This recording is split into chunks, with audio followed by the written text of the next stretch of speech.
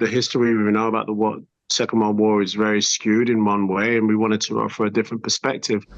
Idris Elba is putting a spotlight on World War II soldiers of color. Elba's latest project is National Geographic's documentary special, Erased, World War II's Heroes of Color, a 4-part series which Elba serves as an executive producer and narrator, unearthing the unsung stories of people of color who served during the Second World War. The series weaves a blend of historical dramatizations with curated archival footage and powerful accounts from the veterans' descendants. Ahead of the premiere, Elba, alongside director Cheyenne Brown, spoke to The Hollywood Reporter about the immense contributions of those who fought for the Allied forces, but whose stories have largely gone untold. Why weren't they honored? Why weren't they at the 10-year anniversary, the 20-year anniversary? Why did it take 70 years for them to be honored? Elba's involvement in the project was partly influenced by his own grandfather, who served during World War II, but his time served, the star knows very little about.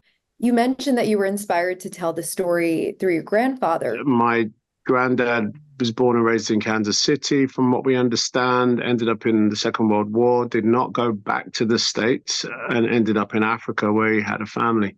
And, to this day, we don't have a single picture of him. And as we have been on this journey making this show, I've, been piecing together that story. But Elba notes, while it was the driver behind the doc, it isn't the focus of it.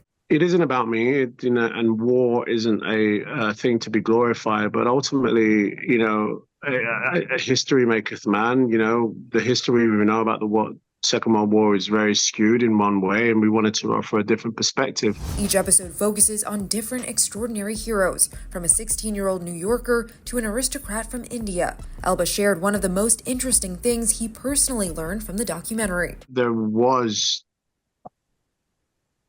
a sort of focus on Black and brown people in the army, and it was specifically to populate more Black and brown people into the army. As for Brown, the director helmed episode 2, which puts the spotlight on the only all-Black combat unit to fight on the D-Day beaches, and spoke about the moving conversations she had when she met the descendants of the D-Day war heroes. They remember America in the 30s and the 40s, and hearing them talk about the Jim Crow era and, have its segregation, and then also speak about how they met their husbands. It was really powerful.